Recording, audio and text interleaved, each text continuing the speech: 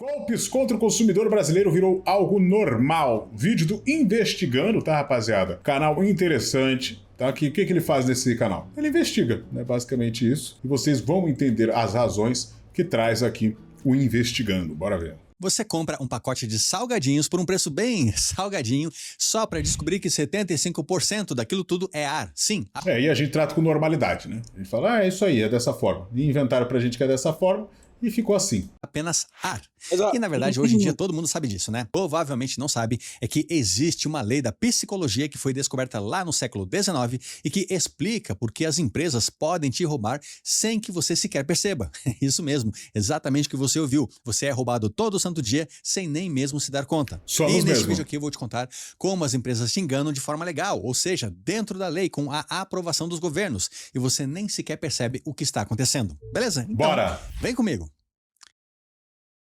Vamos lá mostrar o quanto a gente é trouxa. Exaustivo de trabalho, ônibus lotado, salário curto, cartão de crédito no limite, tudo o que você queria era comer um salgadinho honesto sem ser enganado, né?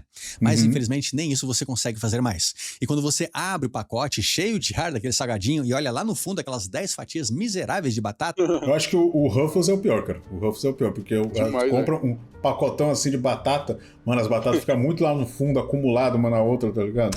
Você começa a se perguntar como, afinal de contas, nós chegamos neste ponto. E sim, as empresas estão pouco a pouco diminuindo a quantidade de produtos dentro das embalagens. E isto possui até mesmo um nome técnico, meio complicado de falar. Chama-se shrinkflation, ou em bom português, reduflação. E o truque é bastante simples, tá? As empresas mantêm o preço igual ou até mais caro de um produto enquanto reduzem aos poucos a quantidade que você leva para casa daquele produto. Porque quanto mais der para lucrar, uma empresa melhor, né, cara? É sempre essa a visão de toda empresa. Já estamos lucrando bastante, mas como dá para dobrar esse lucro? Vamos diminuir o tamanho. A caixinha de ovos que tinha 12 ovos agora vem com 10 ovos. O pacote de milho de pipoca que tinha 500 gramas agora tem 400 gramas. E às vezes com precinho de 1 quilo.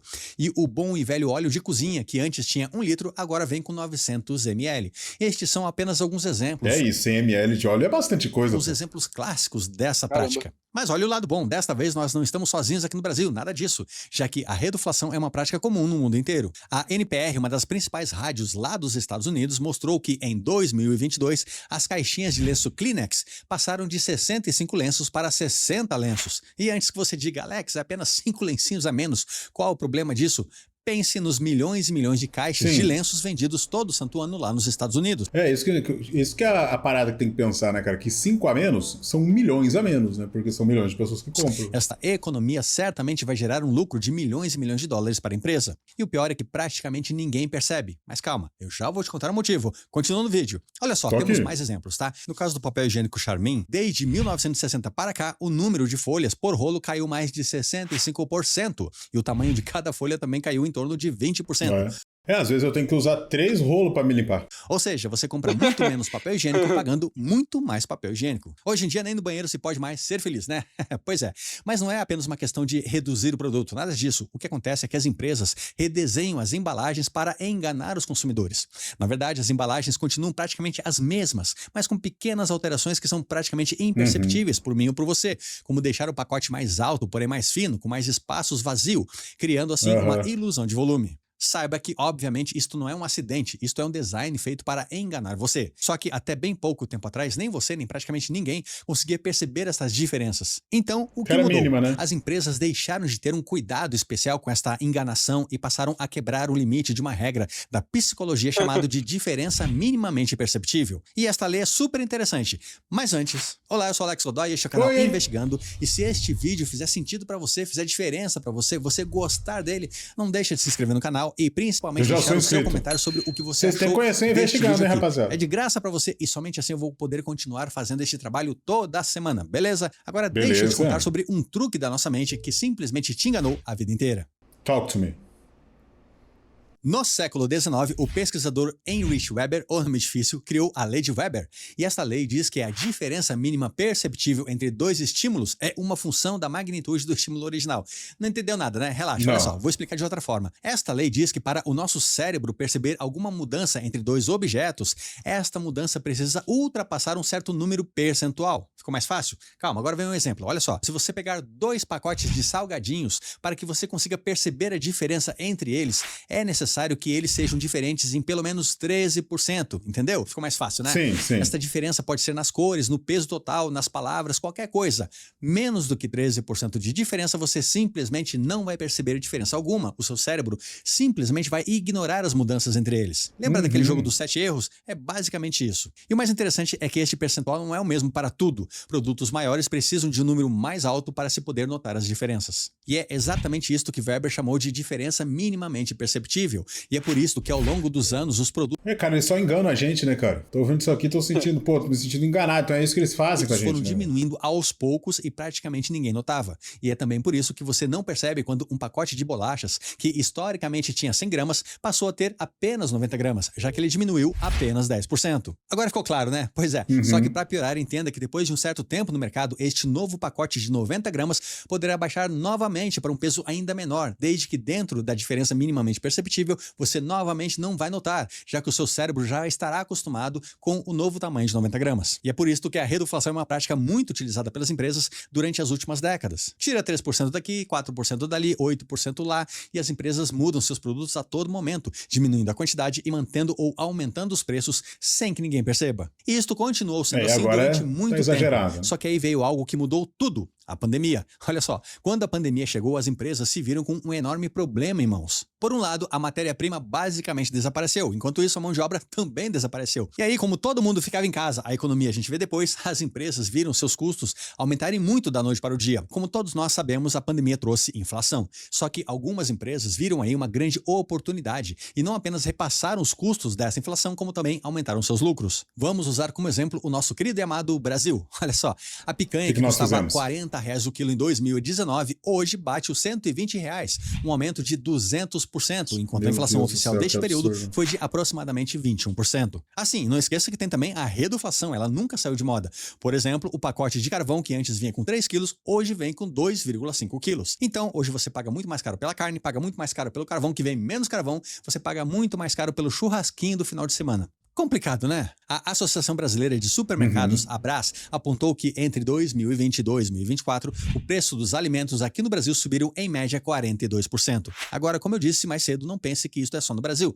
Nada disso. A Forbes mostrou que no mesmo período lá nos Estados Unidos, os doces e chocolates subiram cerca de 46%. As carnes e os refrigerantes subiram mais de 50%. Tudo isso enquanto ao mesmo tempo as embalagens diminuíam. Só que é claro que quanto mais pobre o país, pior é o efeito negativo dessa soma de inflação com reduflação. Por exemplo, um trabalhador americano com salário mínimo lá nos Estados Unidos consegue comprar aproximadamente 30 pacotes de macarrão com apenas 1 hora de trabalho. Enquanto isso, o brasileiro aqui no Brasil consegue comprar apenas 8 pacotes de macarrão com 1 hora de trabalho. Então é óbvio que aqui no Brasil nós sentimos muito, mas muito mais este efeito ao longo do tempo. Agora, uma coisa curiosa, conto com você. Olha só, enquanto eu estava lendo para fazer este roteiro aqui, eu li sobre a Nestlé, que parece que ela mudou aí a lata do Nescau de 400 gramas para 370 gramas, ou 7,5% a menos. O Procon de São Paulo chegou a multar a empresa em 2,1 milhões de reais e uau, né? Parece que isso é muito dinheiro. Só que quando você descobre que o faturamento da Nestlé no Brasil em 2022 foi de mais de 40 bilhões de reais, você entende que essa multa não faz nem cócegas. É tipo... Caralho, nossa, é um dinheirama que vai tudo pra fora do Brasil, né?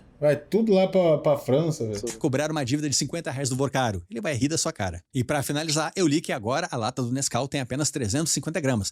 É isso mesmo? Me conta nos comentários. É sério. Fato é que as empresas aproveitaram a pandemia para aumentarem os seus lucros com preços subindo muito mais do que a inflação, além de diminuir o conteúdo dos pacotes, a tal da reduflação. Só que com a pandemia, muitas vezes as empresas acabaram se emocionando e acabaram diminuindo o tamanho dos seus produtos dentro das caixas em valores superiores ao que define a lei de Weber. E por isso o público começou a perceber mais e começou a reclamar mais. E este efeito de subir os preços acima da inflação e de diminuir a quantidade de produtos acima de uma margem aceitável acabou ganhando até mesmo nome e sobrenome. Deixa eu te contar. Qual que é o nome? Existe uma relação entre inflação e o lucro das empresas. Como este canal não é de economia, eu vou te contar de forma bastante simplificada, tá? Olha só, os lucros respondem por um certo percentual da inflação anual de qualquer país. E nos 40 anos anteriores à Covid, os lucros das empresas americanas respondiam por aproximadamente 11% da inflação lá no país. Agora, depois da pandemia, este número saltou para 53%.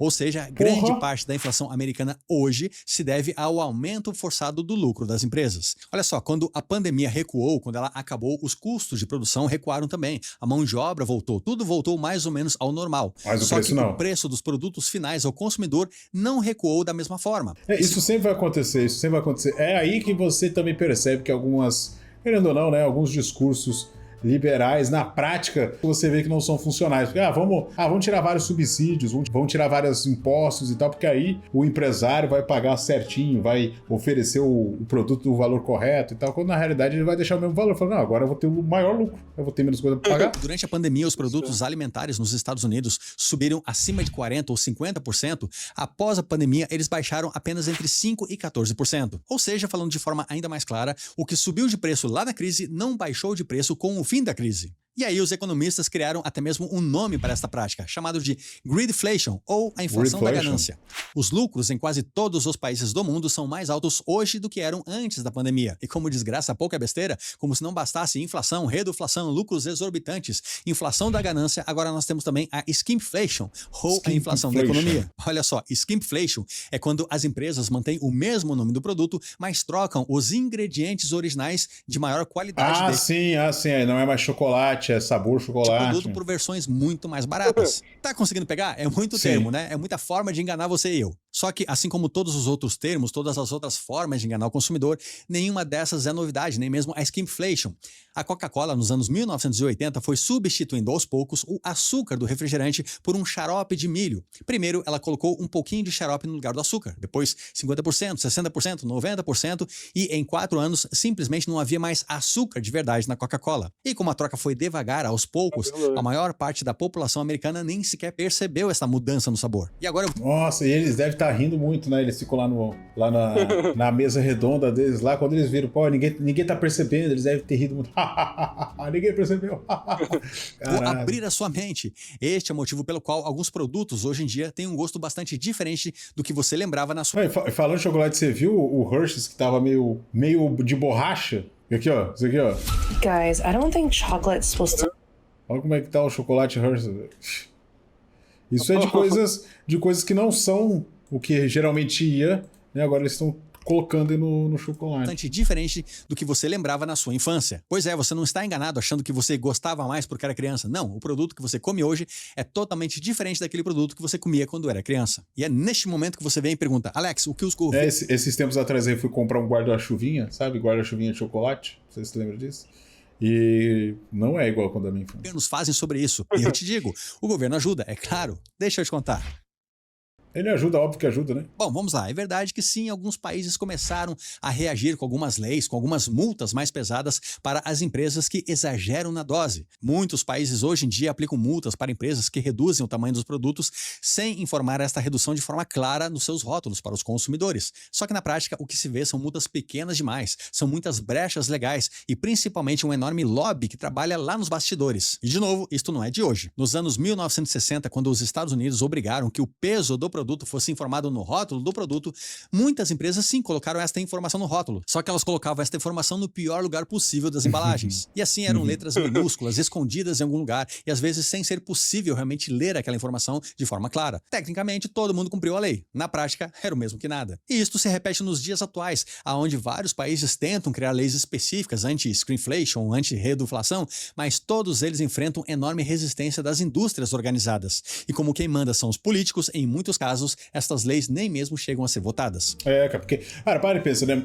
Os políticos, eles precisam de financiamento para suas campanhas e muitos desses financiamentos vêm de grandes empresas, vêm de grandes empresários que, para manter o dinheiro na campanha, pedem em troca favores dentro do Congresso, né? E o cara fala assim, se você aprovar essa lei, eu não vou mais te ajudar. Aí o cara fala, não, tem que manter, né, a relação que eu tenho com o empresário que ajuda a minha campanha, então eu vou votar contra, ou então nem vou botar em pauta. Isso é o que acontece com a maioria de deputados. Aqui no Brasil, por exemplo, o PROCON de vários estados, como São Paulo, Rio, Minas Gerais, intensificaram entre 2023 e 2024 o combate contra a reduflação, notificando empresas de alimentos, de limpeza e de higiene. E o Ministério da Justiça, por meio da Senacom, chegou até mesmo a propor que qualquer redução acima de 5%, precisaria ser sinalizada no rótulo com um selo de produto reduzido por pelo menos 6 meses. Mas na prática as empresas continuam buscando por brechas legais ou mesmo pagando as multas, que são totalmente irrisórias se comparada aos lucros. O recado que o sistema dá é muito claro, é muito simples. Vale sim a pena fazer isso porque o lucro compensa. E por mais que atualmente as pessoas dos mais diversos países estão cada vez mais percebendo a olhos vistos que os produtos estão encolhendo, e por mais que a irritação geral do público cresça,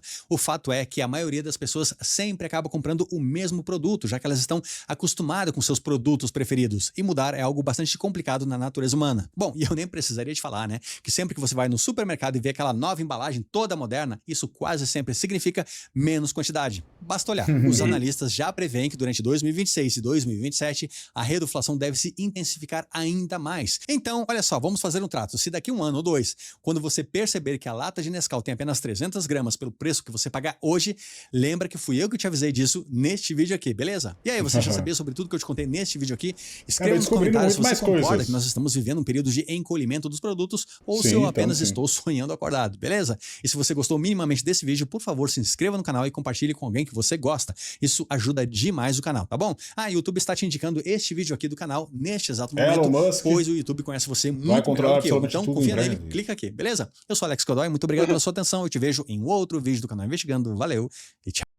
Tchau, canal Investigando. Muito bom canal, hein, rapaziada? Vocês viram aí? Traz todas as informações aqui precisas, com bastante storyteller e tal. Então, muito da hora aqui o canal Investigando. Gostei desse vídeo, espero que vocês tenham gostado. Comente aí embaixo, rapaziada, sobre o quanto as empresas nos fazem de otário. E a gente aqui finge que não tá sendo. Ou simplesmente deixa ser feito de otário, porque não tem outra coisa.